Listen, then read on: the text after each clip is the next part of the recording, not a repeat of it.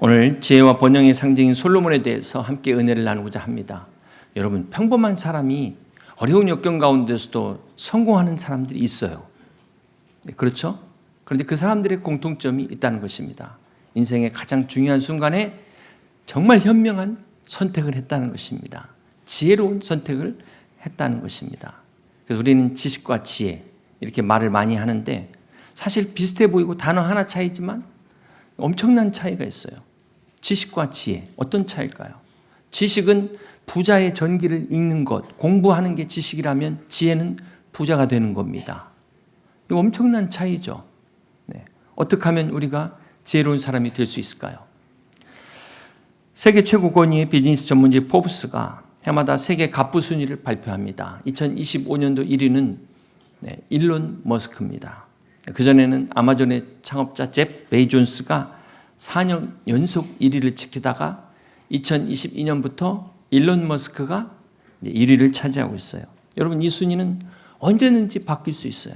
내년에는 일론 머스크가 1위가 될 수도 있는 겁니다. 네. 만약 지금까지 역사상 최고의 부자를 꼽는다면 전 세계를 통틀어서 역사상 지금까지 최고의 부자 누구를 말할 수 있을까요? 엄청난 재력과 막강한 권력과 아내만 1000명이래요. 아내만, 공식적 아내만 1000명. 이 솔로몬을 따라올 자가 누가 있겠습니까? 솔로몬의 풀네임이 솔로몬 벤 다윗입니다. 유다 베너, 허의 아들 유다. 이게 유대인들의 이름이죠. 솔로몬은 다윗의 뒤를 이어 이스라엘 3대 왕으로 이스라엘의 최고의 황금기를 구가했던 그러한 왕이었습니다. 또 예루살렘 성전을 지은 왕이기도 했습니다.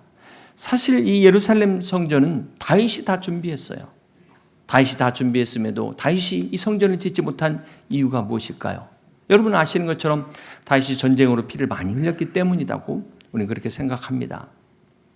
그렇다면 성전을 지은 솔로몬은 피를 안 흘렸을까요? 여러분, 솔로몬이 왕이 되고 난 후에 자신이 이 왕위에 이제 앉기 직전에 그 쿠데타를 일으킨 형 아도니아 처형합니다. 이뿐만 아니라 다윗 자기 아버지 다윗 왕의 측근이었던 요압 장군들 다 처형합니다.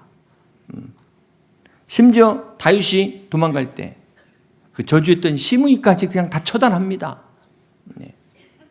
그렇기 때문에 다윗이 성전을 짓지 못한 이유가 단지 피 흘렸기 때문이다 라고만 생각을 하면 솔로몬은 피를 안 흘렸습니까? 이게 모순이 되는 거죠. 모순. 그렇다면 진짜 다윗이 성전을 짓지 못한 이유가 무엇일까요? 열왕기상 5장 3절입니다. 당신도 알거니와 내 아버지 다윗이 사방의 전쟁으로 말미암아 그의 하나님 여호와의 이름을 위하여 성전을 건축하지 못하고 여호와께서 그의 원수들을 그의 발바닥 밑에 두시기를 기다렸나이다. 다윗이 성전을 짓지 못한 진짜 이유는 다윗이 지금 사방의 전쟁으로 말미암아 여호와께서 그 원수들을 그 발바닥 밑에 두기를 기다렸다 그랬어요. 기다렸다. 다윗의 시기는 아직 전쟁의 시기가 끝나지 않았기 때문에 이 대적들이 아직도 설치고 있기 때문에 다윗이 성전을 지을 수 없었다라는 것입니다. 반면에 솔로몬이 성전을 지을 수 있었던 이유는 열왕기상 5장 4절입니다. 이제 내 하나님 여호와께서 내게 사방에 태평을 주심에 원수도 없고 재앙도 없도다. 솔로몬이 성전을 지을 수 있게 된 이유가 이제 대적이 다 사라지고 드디어 태평성대가 왔기 때문입니다. 결론적으로 성전이 세워지기 위한 조건이 있죠. 평화가 임해야 성전이 세워지는 것입니다.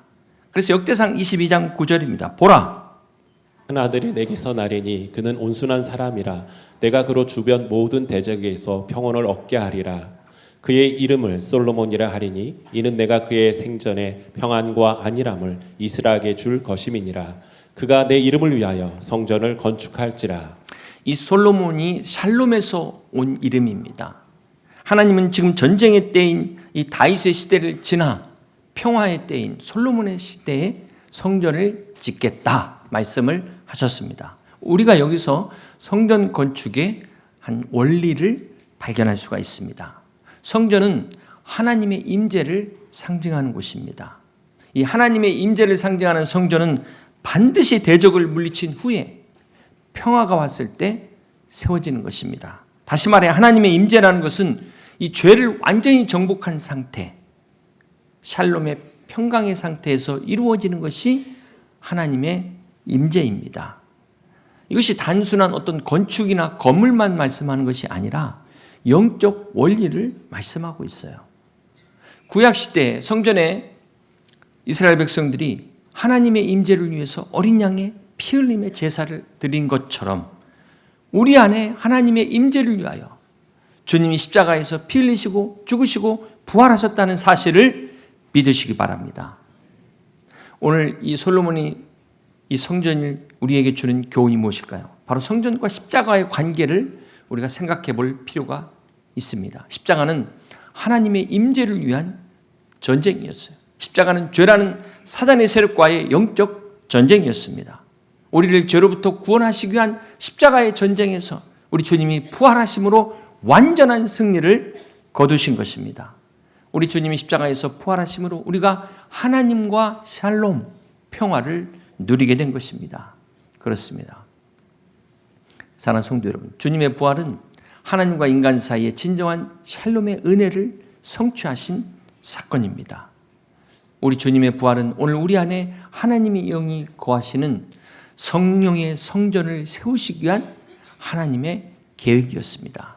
그래서 주님이 부활하신 이후에 오순절 성령의 사건이 임하게 되는 것입니다. 고린도전서 3장 16절에 너희는 하나님의 성전인 것과 하나님의 성령이 너희 안에 거하시는 것을 알지 못하느냐.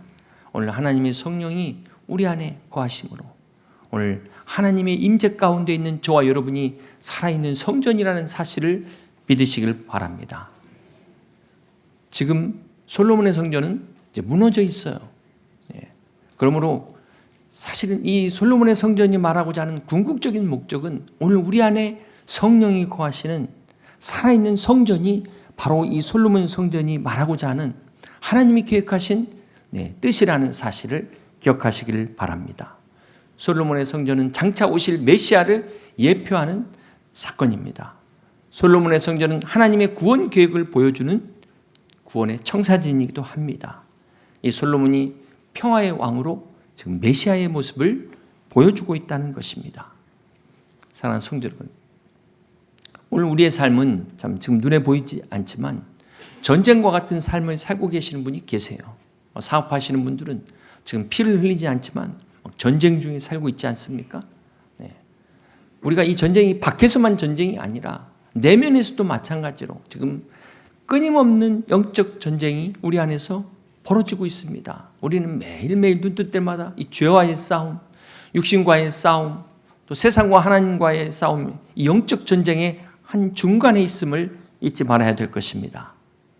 솔로몬의 성전이 평화의 시기에 지어졌던 것처럼 우리 안에 성령이 거하시기 위해서는 우리 내면의 죄의 문제가 해결되어야만 합니다. 그래야만이 우리가 하나님의 임재를 경험할 수 있는 것입니다. 우리 안에 이 샬롬의 평강을 위하여 주님이 십자가에서 죽으시고 부활하셨다는 사실을 믿으시기를 주님의 이름으로 축복합니다. 사랑하는 성도 여러분, 주님의 부활은 2000년 전의 역사적 사건이 아닙니다. 그걸로 끝나는 것이 아닙니다. 오늘 우리에게 영원한 샬롬을 주기 위한 하나님의 놀라운 계획이요, 하나님의 축복이요, 사랑의 약속인 것을 기억하시기를 바랍니다. 그러므로 이 시간 사망과 어둠의 권세를 이기시고 승리하신 예수 그리스도의 부활의 은혜가 오늘 우리 안에 진정한 샬롬으로 임하시기를 주님의 이름으로 간절히 축원합니다. 혹 여러분 안에 아직도 또 한 주 동안 여러분을 힘들게 하는 그런 전쟁 가운데 있다면 그런 모든 전쟁을 그치게 하시고 예수 그리스도 안에서 부활의 승리를 누리는 은혜가 있으시기를 다시 한번 주님의 이름으로 축복합니다. 여러분 모두에게 샬롬의 평강이 하나님의 임재가 가득하시기를 주님의 이름으로 축원합니다. 두 번째는 우리가 열왕기상 1장과 2장을 보시면 이 솔로몬의 왕위 계승 과정이 나오는데요. 마치 막 무슨 사극의 드라마를 보는 것 같이 정치적 암투가 막 계속해서 나옵니다. 다윗 왕의 그 아들들 중에 아도니아가 네 번째인데요. 그 위에 있는 형 암논과 압살롬이 이제 이미 죽은 상태이기 때문에 이 아도니아가 이제 다음 왕의 그 계승 서열 1위가 된 겁니다. 자, 이러한 연유로 다윗 왕의 측근이었던 사람들, 요압 장군과 또 제사장 아비아달이 아도니아 편에 붙습니다. 게다가 이 아도니아가 자기 스스로 왕이 되겠다고 솔로몬보다 먼저 선수를 쳐서 자신을 왕이라고 선포해버린 겁니다. 이 이야기를 들은 나단 선지자가 황급히 밧세바를 찾아가요. 그래서 솔로몬을 왕으로 세우기 위한 이제 계책을 세우게 됩니다. 마치 우리 조선시대 그 이성계의 왕자의 난을 보는 것과도 같습니다.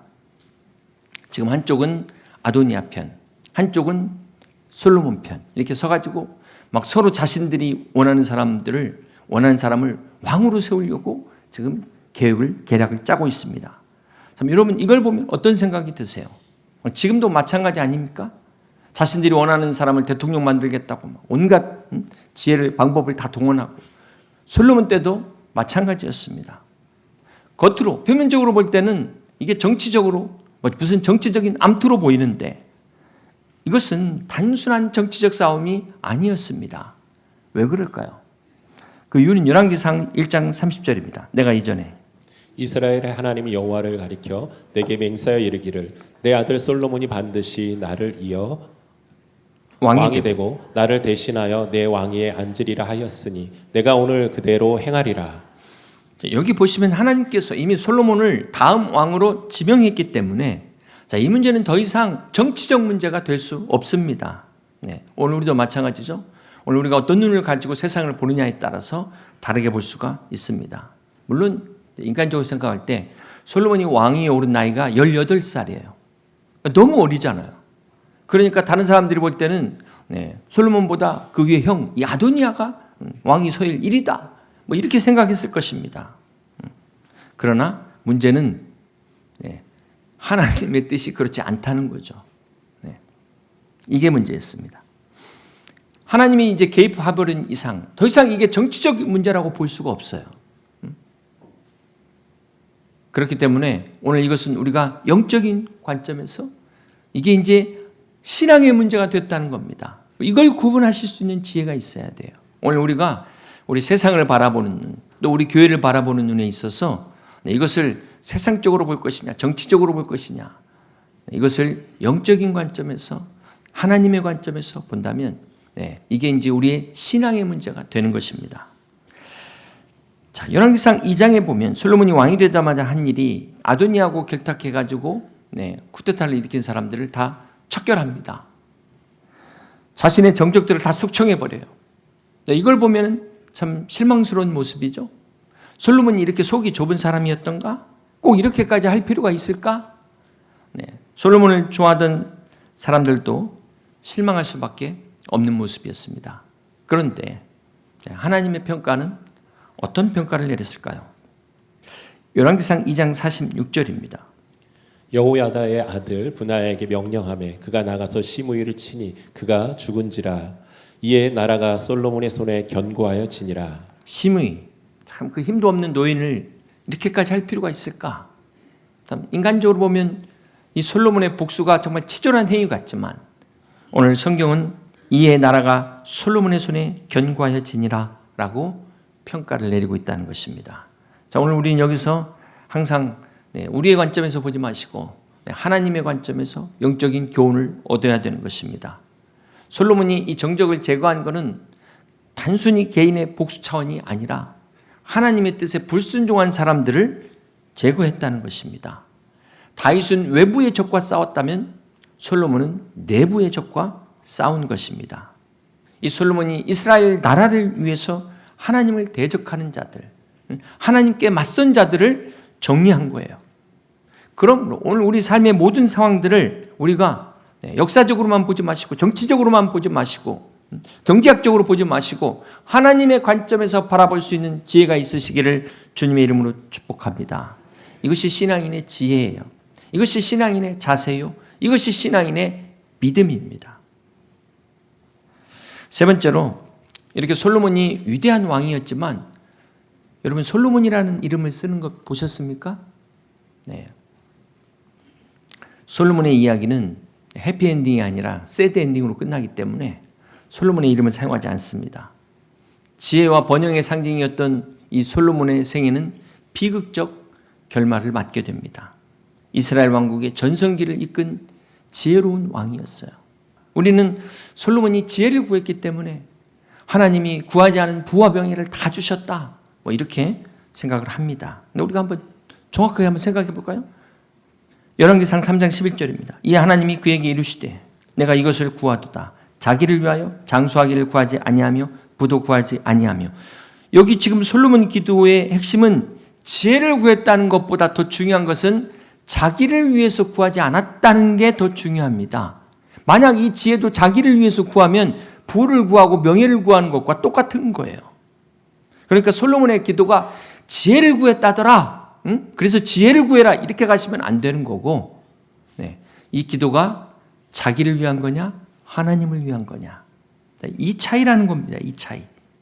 솔로몬이 이런 축복을 받은 것은 하나님의 영광을 위해 지혜를 구했기 때문에 그가 구하지 않은 것까지도, 부와 영광까지도 응답을 받게 된 것입니다. 오늘 저와 여러분의 기도가 구하지 않는 것도 응답받는 축복을 원하신다면 우리의 기도의 제목이 바뀌어야 돼요. 우리 자신만을 위한 기도가 아니라 하나님의 영광을 위한 기도로, 그의 나라와 의를 구하는 기도로 바뀔 때 하나님께서 이 모든 것을 더하시는 그런 축복을 허락해 주실 것입니다. 자, 그런데 문제는 이 축복이 문제예요. 이 축복도 적당히 받아야 되는데 너무 많이 받으니까 이게 문제가 된 겁니다. 열왕기상 11장 9절입니다. 솔로몬이 마음을 돌려 이스라엘 하나님 여호와를 떠나므로 여호와께서 그에게 진노하시니라. 이 짧은 구절에서 솔로몬 신앙의 패턴이 나오죠. 첫 번째 마음을 돌려, 두 번째 여호와를 떠나므로. 그래서 결국 어떻게 됩니까? 하나님이 진노하십니다. 솔로몬의 마음의 변질 과정이 처음에는 뜨거웠어요. 하나님을 만난 그 첫사랑. 근데 이게 점차 식어가는 거예요. 나도 모르는 사이에 서서히 식어가는 거예요. 그러면서 마음이 변질된 겁니다. 하나님이 주신 이 은혜, 이 축복들, 이거 누리다가 하나님과 멀어지는 거예요. 하나님이 주신 선물 때문에 하나님을 잃어버리고 잊어버린 겁니다. 이 솔로몬이 많은 이방 여인과 결혼하다가 마침내 어떻게 됩니까? 이방의 신들을 따르기 시작한 거예요. 여러분 이거 한번 생각해 보세요. 상상해 보세요. 하나님께 1000번제를 드리고 전무후무한 이 축복을 받은 솔로몬이 어떻게 우상 숭배를 한단 말입니까? 할 수 있단 말입니까? 이스라엘 백성들이 홍해를 마르땅처럼 건넜어요. 직접 자기가 그 강을, 그 바다를 건넜는데도 불구하고 어떻게 금송아지를 놓고 우상 숭배를 할 수 있단 말입니까? 그런데 그들이 다 했잖아요, 그렇게. 그게 인간의 모습이라는 거예요. 그게 죄인의 모습이라는 겁니다. 그게 저와 여러분의 모습이라는 거예요. 사랑하는 성도 여러분, 모든 사람에게는 다 약점이 있습니다. 그럼 약점 없는 사람 있으세요? 그건 그 사람이 그게 약점이에요. 솔로몬의 약점은 여자가 약점이었어요. 여자가. 여러분은 뭐가 약점이에요? 어떤 사람은 돈이 약점일 수도 있고, 어떤 사람은 명예가 약점일 수도 있고, 아무튼 이 골드, 글로리, 이 쥐가 문제, 쥐가. 이 약점을 사단이 이용한다는 거예요. 사람마다 약점이 다른데 솔로몬은 이 여자를 통해 가지고 마음을 뺏어서 신앙도 뺏어가고 결국 하나님을 떠나게 만들고 나라가 두 조각 나버렸어요. 열왕기상 11장 9절입니다. 여호와께서 일찍이 2번이나 그에게 나타나시고 이 일에 대하여 명령하사 다른 신을 따르지 말라 하셨으나 그가 여호와의 명령을 지키지 않았으므로. 아니, 솔로몬에게 하나님이 2번이나 나타나셔서 경고한 게 무슨 내용이에요? 다른 신 따르지 말라는 거예요. 다른 신을. 다른 얘기도 아니고. 근데 이 솔로몬이 불순종해가지고 우상 숭배를 합니다. 우상 숭배를. 그 결과 어떻게 됐어요? 11절입니다. 여호와께서 솔로몬에게 말씀하시되 내게 이러한 일이 있었고 또 내가 내 언약과 내가 내게 명령한 법도를 지키지 아니하였으니 내가 반드시 이 나라를 내게서 빼앗아 내 신하에게 주리라. 2번의 경고를 무시한 솔로몬에게 하나님의 심판이 임합니다. 불순종으로 우상 숭배한 솔로몬에게 나라가 두 쪽 날 것을 말씀하세요. 어떻게 이런 일이 일어날 수 있을까? 어찌 이런 일이 일어날 수 있을까? 이럴 거면 솔로몬이 솔로로 살았어야 돼. 솔로로 차라리. 여러분, 우리가 깨달아야 될 교훈이 있어요. 이 솔로몬의 불순종이 우상 숭배로 연결돼서 이 결과가 통일 왕국이 분단돼 버립니다. 여러분, 분열은 심판의 결과예요. 분단은 심판의 결과입니다. 그렇게 볼 때 우리 남북한의 분단을 우리가 어떻게 바라봐야 될까요? 이 정치적으로 보면 이게 얄타회담에서 강대국이 자기들 마음대로 이거 38선 그은 거 아닙니까? 그러나 우리가 이걸 영적인 관점에서 바라봐야 되지 않을까요? 1938년 9월 9일 무슨 일이 일어났을까요? 평양 서문박 교회에서 장로교 총회가 신사참배를 공식 결의합니다. 지금 교회가 가서 신사참배하는 것도 문제인데 교단 총회가 공식적으로 신사참배를 결의했다는 게 이게 말이나 되는 겁니까? 정확히 10년 뒤 1948년 9월 9일 평양에 무슨 일이 일어났죠? 공산 정권이 수립된 날이에요. 이걸 우연이라고 말할 수 있을까요? 신사참배를 결의한 날과 남북 분단의 이 결정적 원인이 되는 공산 정권이 수립된 날이 같은 날, 같은 장소에서 일어났다는 것입니다. 신사참배라는 우상 숭배가 결국 우리 민족의 분단을 가져왔고 6.25의 비극을 초래했어요. 사랑하는 성도 여러분, 분단과 분열은 하나님의 징계입니다. 이건 국가적으로 뿐만 아니라 가정도 마찬가지예요. 사회도 마찬가지고 교회도 마찬가지입니다. 분열과 분쟁은 하나님의 뜻이 아니에요. 사단의 전공입니다. 사단의 전공. 사단과 마귀의 솔로몬의 약점을 이용해서 우상 숭배로 결국은 나라를 분열시켜버리듯이 오늘 우리도 그렇게 분열시키고 남북으로 분단시키고 동서로 분열되고 이념 간에 분열시키고 세대 간에 분열시키고 마귀가 좋아하는 일만 하고 있지 않습니까? 솔로몬의 죄 때문에 이스라엘이 둘로 나뉘어지는 이 분단의 심판 가운데도 하나님은 끝까지 긍휼을 베푸십니다. 열왕기상 11장 12절입니다. 그러나 내 아버지 다윗을 위하여 내 세대에는 이 일을 행하지 아니하고 내 아들의 손에서 빼앗으려니와 오직 내가 이 나라를 다 빼앗지 아니하고 내 종 다윗과 내가 택한 예루살렘을 위하여 한 지파를 내 아들에게 주리라 하셨더라. 하나님은 지금 심판 중에도 다윗에게 하신 그 말씀을 기억하고 말씀하시는 거예요. 신실하신 하나님께서는 이 솔로몬의 죄에도 불구하고 한 지파, 유다 지파를 남겨서 그 다윗의 자손을 통하여 메시아 그리스도가 오실 길을 예비하셨습니다. 사랑하는 성도 여러분, 우리 하나님은 심판 가운데서도 여전히 긍휼을 베푸시는 은혜의 하나님, 사랑의 하나님이심을 기억하시기를 바랍니다. 그래서 우리가 어떤 징계를 받을 때에도 하나님의 은혜가 훨씬 크다는 사실을 잊지 마시기를 바랍니다. 사랑하는 성도 여러분, 이 솔로몬의 이야기는 오늘 우리에게 축복뿐만 아니라 경고와 또한 소망을 동시에 주고 있는 말씀이에요.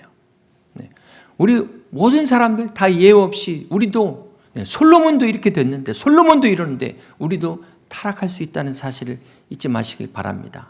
그래서 축복 가운데 있다면 더 정신 차리고 하나님의 은혜를 잊어서는 안 돼요.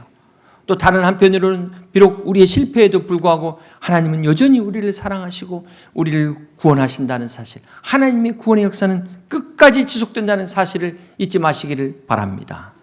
오늘 솔로몬은 우리에게 무엇을 이야기하고 있을까요? 그 위대한 왕도 실패하더라. 인간 왕의 한계를 보여주고 있는 것입니다. 그렇습니다. 우리의 왕은 만왕의 왕이신 예수님만이 우리의 진정한 왕인 것을 믿습니다. 그러므로 사랑하는 성도 여러분, 우리가 기억해야 될 것은 우리가 솔로몬처럼 받은 축복 때문에 하나님과 멀어지지 않도록 항상 깨어서 정신 차리고 우리의 마음과 생각을 지키시고 믿음을 지키는 여러분 다 되시기를 주님의 이름으로 축복합니다. 오늘 우리의 진정한 왕은 부활하셔서 우리에게 진정한 샬롬을 주시는 우리 주님만이 평강의 왕이신 것을 믿으시기를 바랍니다.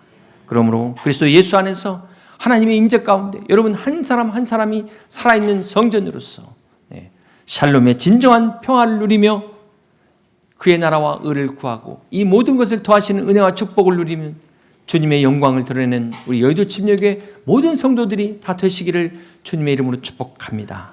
그러기 위해서 이번 한 주간도 오직 예수로 충만한 삶, 그리스도로 충만한 삶을 사시는 저와 여러분 다 되시기를 주님의 이름으로 축복합니다.